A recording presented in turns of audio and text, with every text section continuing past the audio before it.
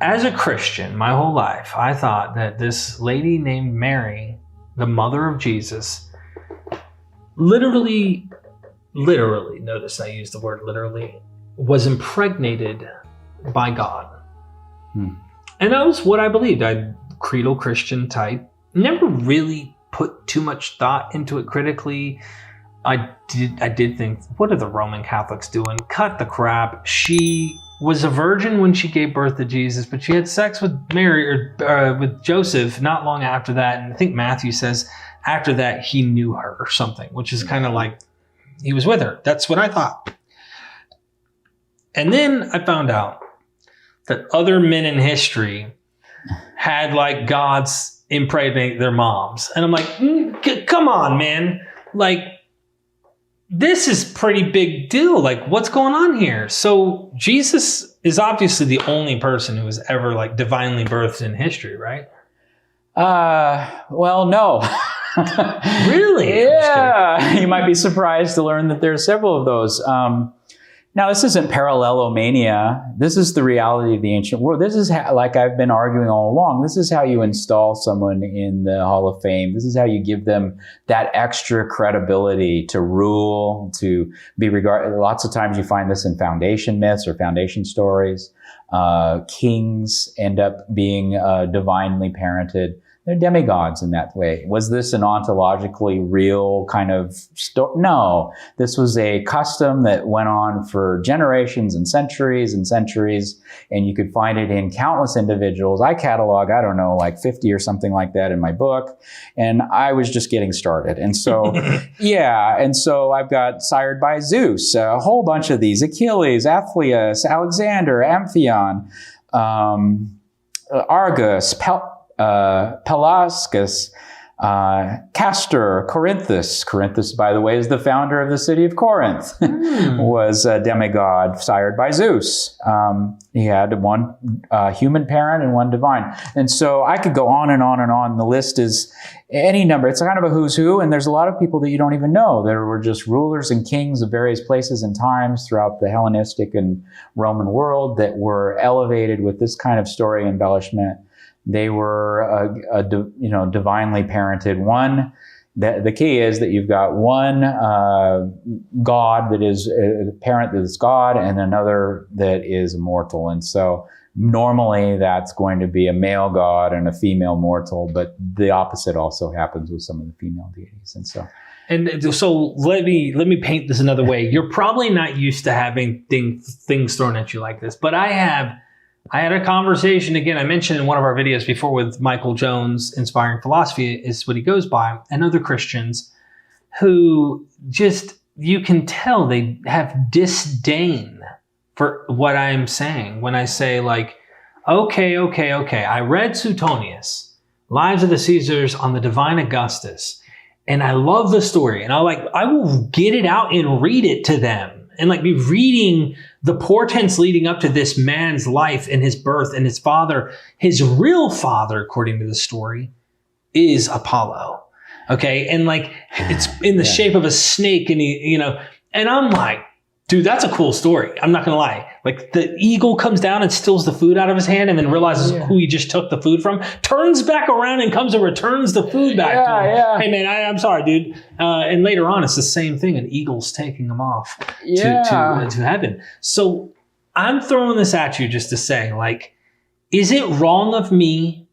Do you honestly think it's wrong of me to see that Jesus's birth in that narrative, which we have two different kinds of narratives, by the way, but a narrative of a divine birth, both are doing it, is smack dab in the middle of my walks like a duck, talks like a duck, quacks like a duck thing? It would have been unmistakable. It's now one of the things that is different is that it's immaculate, so to speak, or the Catholics call it that.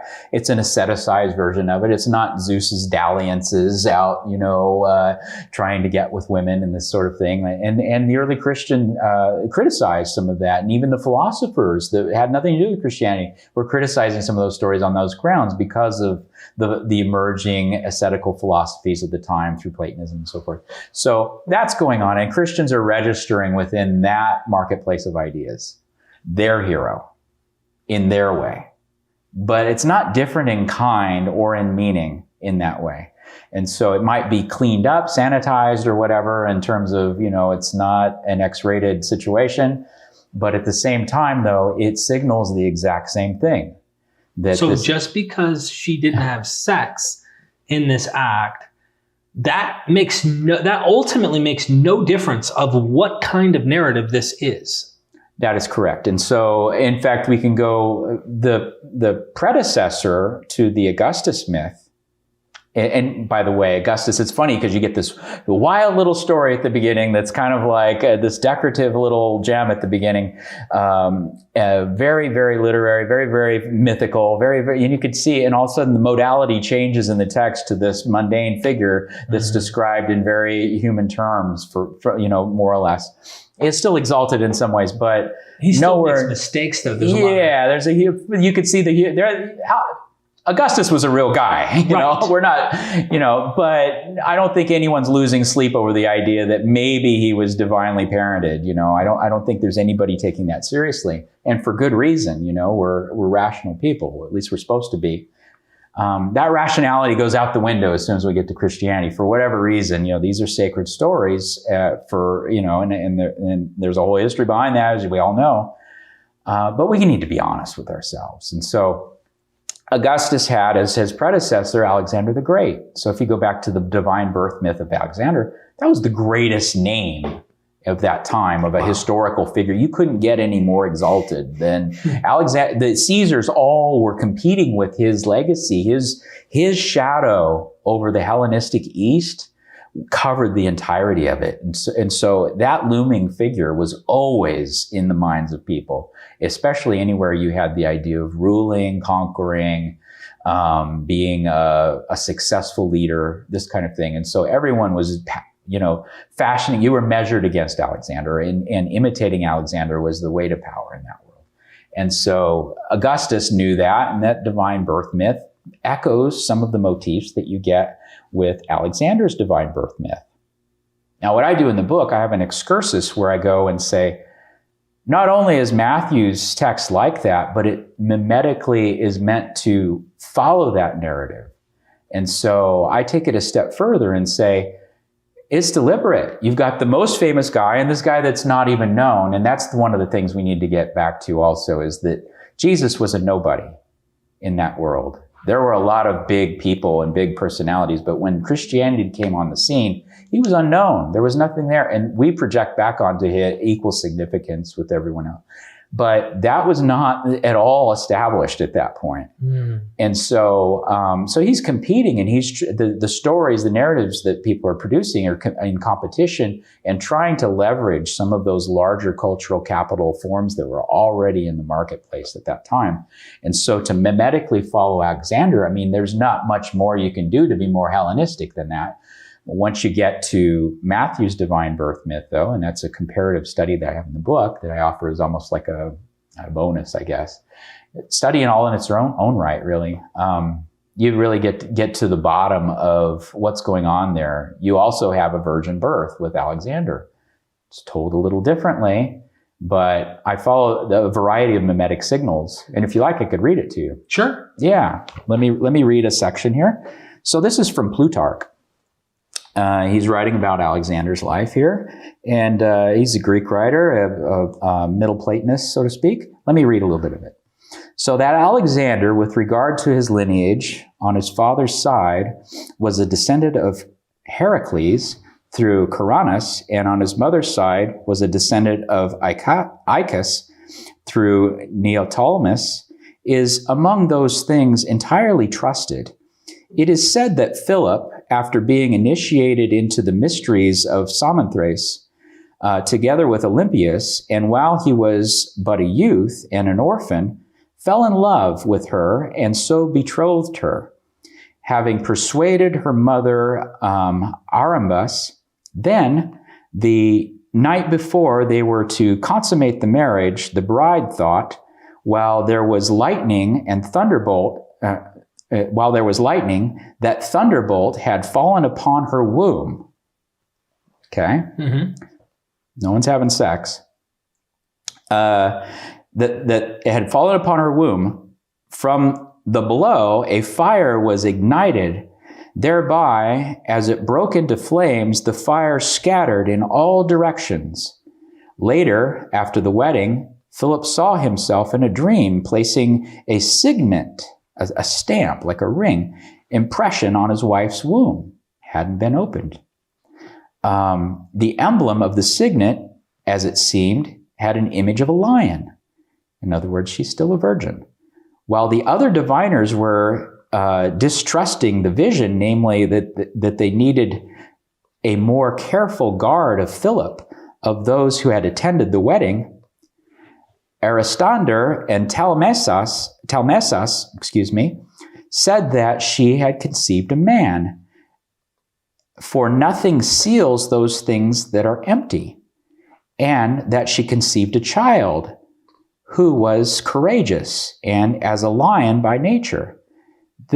There then appeared a serpent as Olympias slept, stretched out alongside her body.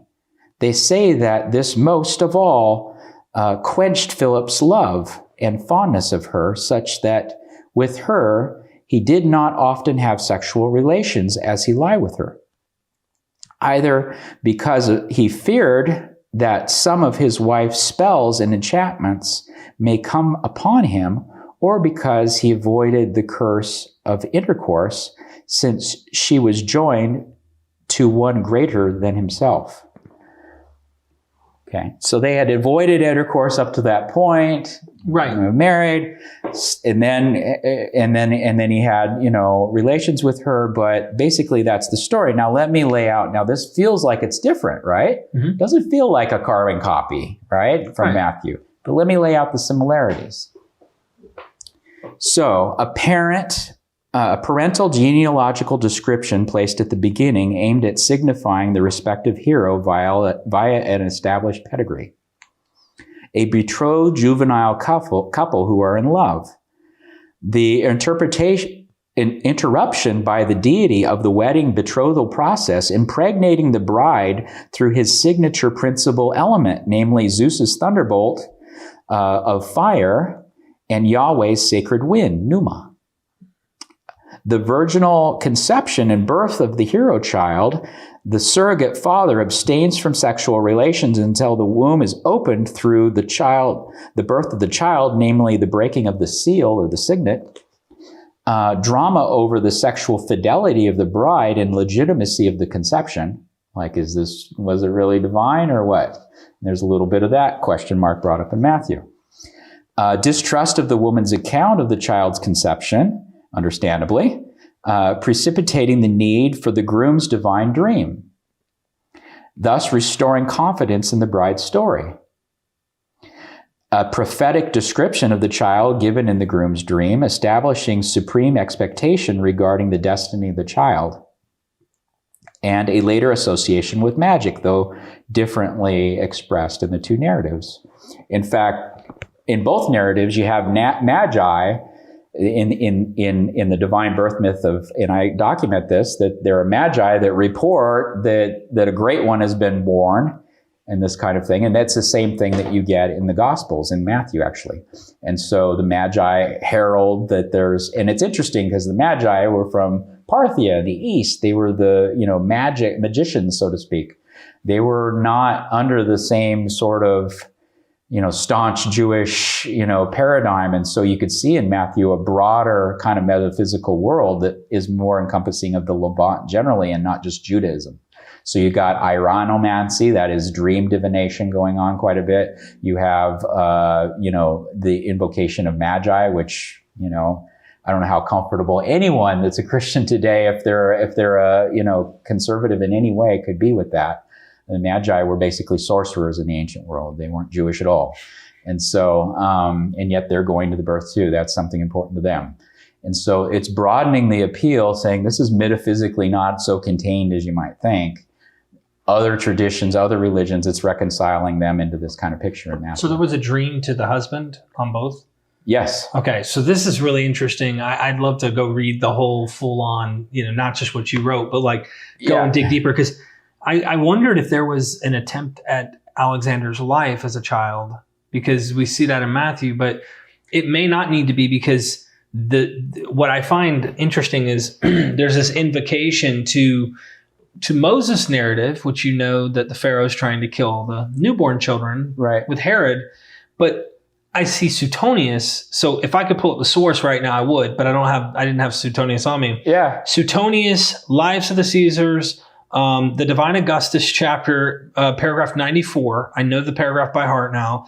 I don't have it memorized, but in it, he goes to explain that there's a lightning bolt that strikes this wall of Ætae. Yeah. The people of Ætae start war with Rome, thinking this is like evidence they're going to win. They're almost to their own destruction. They stop and realize, okay, cognitive dissonance, whatever, if you want to like rationalize what they're doing. Yeah. Okay, hold on. Maybe he's just going to come from our town. We need to stop this with Rome. And then it says that his mother, like that year, that they did not want to raise up or rear up their kids. So they did not write them in the thing of the Senate, because the Senate did not want children to be born that year. You can't get any more explicit than the Roman Suetonius saying the Senate was going to kill your child for being born that year, because they were afraid that a ruler, a king, was going to come, because you know how the Senate is about kings. They're not a fan of them. And so like, I'm thinking that's interesting. Suetonius has the same trope of the child's birth and needing to kill that child, just like Matthew has kill that child. Yeah. Moses has this in his story. Kill that child, yeah. I wondered if Alexander had. And even Raglan he even says something along those lines in his own, treatment of that. So I just didn't know if Alexander himself, but he may or may not have that specific element. Yeah. So there are other points of contact with Alexander. For instance, when they come from the east, the Magi, they give proskunesis, that is veneration. They bow, they bend the knee. This was a cardinal importance to Alexander. If you go back and read the narratives, he had his own mythographer kind of following him around, building him as greater than, above human, and Callisthenes. And basically, in these narratives, you have, this is a big deal for him. And if you're going to rule in the Persian East, you need proskunesis. You need people bowing to you as a divine figure.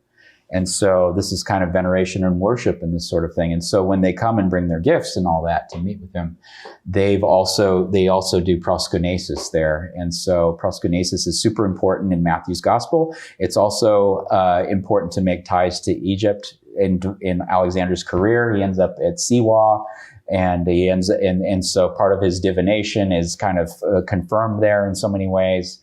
And to make Jesus also have ties with Egypt. I know that's a loose part of the argument. It's at the very, very end of it. But to me, after you see all of the other evidence, to try and Matthew trying to make a tie into Egypt in that way, in terms of the way he's presenting his divine king that he's crafting in his narrative, to me, it feels like, that also belongs there, as, he's trying to create those associations in order to invoke the Alexander myth. Was it, this is completely hip shot here. Yeah. Was it Alexander, or was it Octavian, or one of these guys who went to Egypt because of the death of his father? And then one of the Egyptian priests corrected him and said, no, remember who your real father is, and it's a god, or something in one of those stories. I don't know, but it makes me think of Egypt. Egypt seems to be this hub of like proof of divination all the damn time. So is this a signal? I can't read Matthew's mind, but it's like, did he go to Egypt just so that I could say, I've called my son out of Egypt? Or did he go to Egypt and they're using biblical stuff to kind of try to... What's hard to get into people's minds is just how important this kind of a narrative would have been for, the divine birth of Alexander, or even Augustus for that matter. These were well-circulated stories. This wasn't just one author in the corner writing this. These were the most important big stories of the day that people were looking at. This was the big literature of the time. These are the sources that people were reading, and it was it's pretty consistent that they decorate him in this way, and the towering figure of Alexander would have loomed heavy over these texts. If you wanted to present or produce a king in literature, there's no better way than to try and say, hey, guess what? He's dressed up like Alexander. He's got, he's the new Alexander, Neos Alexandros. this is what we're looking at. This is, in order to even qualify for the job, you had to have that. You had to be festooned in that way. And so different rulers did it in different ways, but it's not surprising to me to see Matthew doing that with his divine king. Thank you. Yeah. I hope you liked my dad, Richard Miller, in this interview. Remember to like and subscribe. And never forget, we are Miss Vision.